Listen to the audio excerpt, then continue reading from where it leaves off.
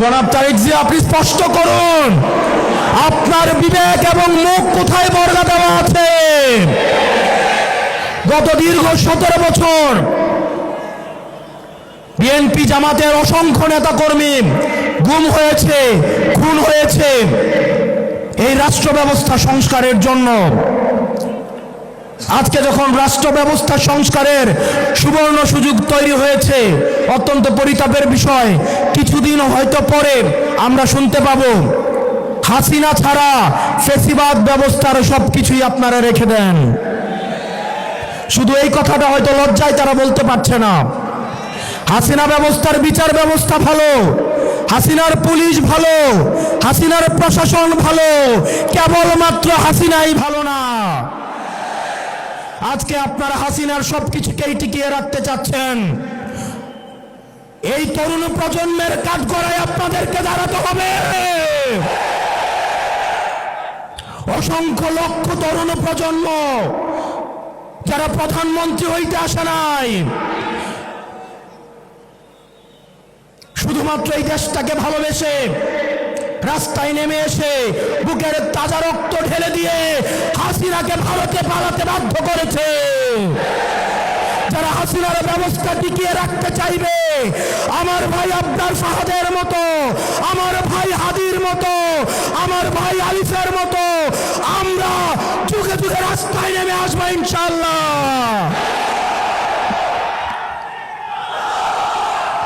বাংলাদেশ স্পষ্টতই দুই ভাগে বিভক্ত। এক ভাগ গোলামীকে বরণ করার জন্য প্রস্তুত হচ্ছে, আরেক ভাগ আজাদির পক্ষে অবস্থান নিয়েছে। এক ভাগ ভারতীয় আধিপত্যের কাছে মাথা নত করেছে, আরেক ভাগ ভারতীয় আধিপত্যের বিরুদ্ধে বিদ্রোহ ঘোষণা করেছে। আমরা জানি আমাদের পথটা লম্বা, আমাদের এই লড়াইটা অনেক দীর্ঘ। আমাদেরকে আবার সুপ্ত গুপ্তর এই ধরনের তৃতীয় শ্রেণীর ভাষা দিয়ে আবার হত্যাযোগ্য করে তোলার ষড়যন্ত্র করা হচ্ছে। মিডিয়া খুব সূক্ষ্মভাবে মানুষের কনসেন্ট ম্যানুফ্যাকচার শুরু করেছে।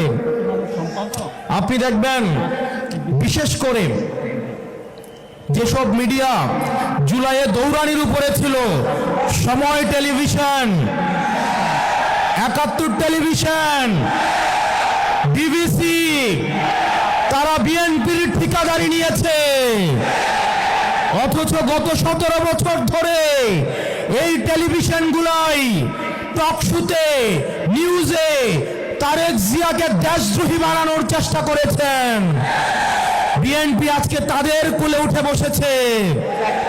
বিএনপি বিশ্বাস করেন কিছুদিনের মধ্যেই এই মিডিয়াগুলো আপনাদের পেটে এবং পিঠে ছুরি মারার জন্য রেডি হয়ে গিয়েছে।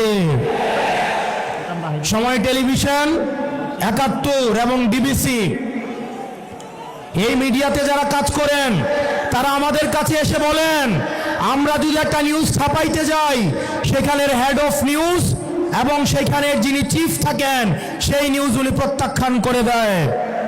সাংবাদিকরা এসে আমাদেরকে দুঃখ দুর্দশার কথা বলে।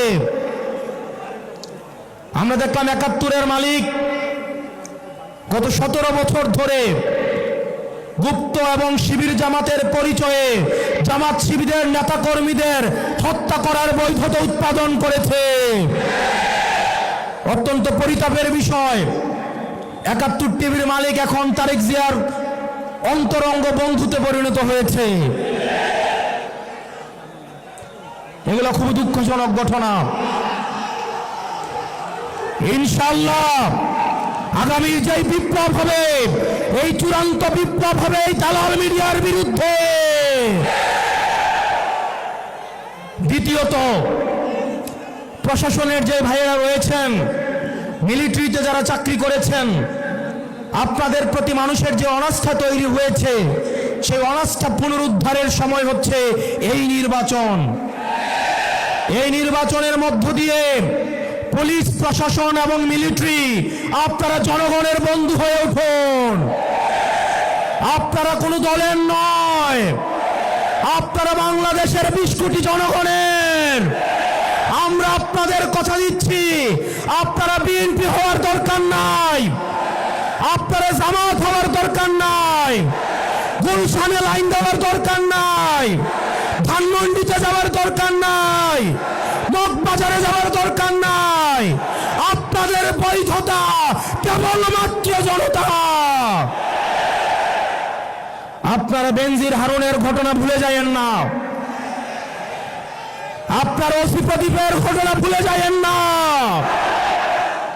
আপনারা ডিবি হারুনের কথা ভুলে যায়েন না। প্রিয় পুলিশ ভাই, প্রিয় মিলিটারি ভাই, প্রিয় সেনাবাহিনী, আপনাদের কাঁধে আজ একটা মহান দায়িত্ব এসে পড়েছে। আপনারা কত স্বচ্ছ, নিরপেক্ষ এবং অংশগ্রহণমূলক নির্বাচন জাতিকে উপহার দিতে পারেন, সেটার মধ্যে আপনাদের আস্থা ফিরে আসবে। আপনারা কোনো দলের গোলামি করার দরকার নাই। যাতে আপনাদের দিকে তাকিয়ে আছে, যেভাবে 5 আগস্ট আপনারা জনতার কাতারে নেমে এসেছেন, ঠিক সেভাবে 12ই ফেব্রুয়ারি জনতার পক্ষ হয়ে আপনারা জাতিকে একটা নির্বাচন উপহার দিবেন। আমরা জনাব তারেক জিয়া রহমানের বিভিন্ন বক্তব্য শুনতে চাই। অত্যন্ত পরিতাপের বিষয়, হা ভোট এবং না ভোট নিয়ে ওনার একটা শব্দ আমরা দেখতে পাই নাই। জনাব তারেক জিয়া, আপনি স্পষ্ট করুন আপনার বিবেক এবং মুখ কোথায় বর্গা দেওয়া আছে। গত দীর্ঘ 17 বছর বিএনপি জামাতের অসংখ্য নেতা কর্মী গুম হয়েছে, খুন হয়েছে এই রাষ্ট্র ব্যবস্থা সংস্কারের জন্য। আজকে যখন রাষ্ট্র ব্যবস্থা সংস্কারের সুবর্ণ সুযোগ তৈরি হয়েছে, অত্যন্ত পরিতাপের বিষয়, কিছুদিন হয়তো পরে আমরা শুনতে পাবো হাসিনা ছাড়া ফ্যাসিবাদ ব্যবস্থার সবকিছুই আপনারা রেখে দেন।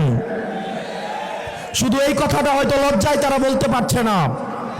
হাসিনা ব্যবস্থার বিচার ব্যবস্থা ভালো, হাসিনার পুলিশ ভালো, হাসিনার প্রশাসন ভালো, কেবলমাত্র হাসিনাই ভালো না।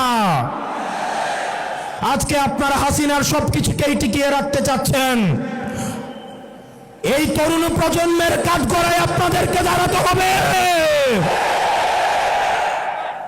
অসংখ্য লক্ষ তরুণ প্রজন্ম যারা প্রধানমন্ত্রী হইতে আসে নাই, শুধুমাত্র এই দেশটাকে ভালোবেসে রাস্তায় নেমে এসে বুকের তাজা রক্ত ঢেলে দিয়ে হাসিনাকে ভারতে পালাতে বাধ্য করেছে। যারা হাসিনার ব্যবস্থা টিকিয়ে রাখতে চাইবে, আমার ভাই আব্দার ফাহাদের মতো, আমার ভাই হাদির মতো, আমার ভাই আলিফের মতো আমরা যুগে যুগে রাস্তায় নেমে আসবো ইনশাআল্লাহ।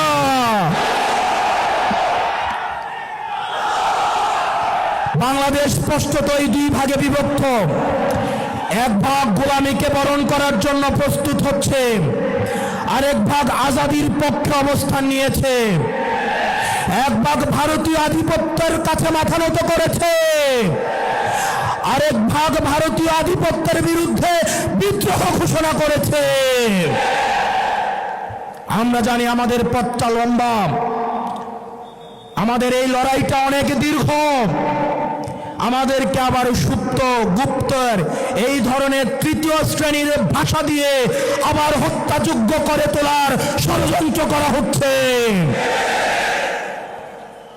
গত 17 বছর ধরে যারা ভার্চুয়ালি দল চালিয়েছে, জুলাই পরবর্তী 1.5 বছর অপেক্ষা করেছে দেশে আসার জন্য, তাদের কাছ থেকে আমরা গুপ্ত সূত্রের লেকচার শুনবো ইনশাআল্লাহ।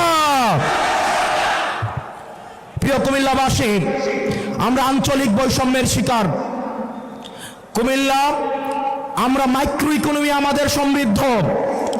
আমাদের রেমিটেন্স যোদ্ধা ভাইয়েরা বিদেশে মাথার ঘাম পায়ে ফেলে কুমিল্লার অর্থনীতিকে সমৃদ্ধ করেছে।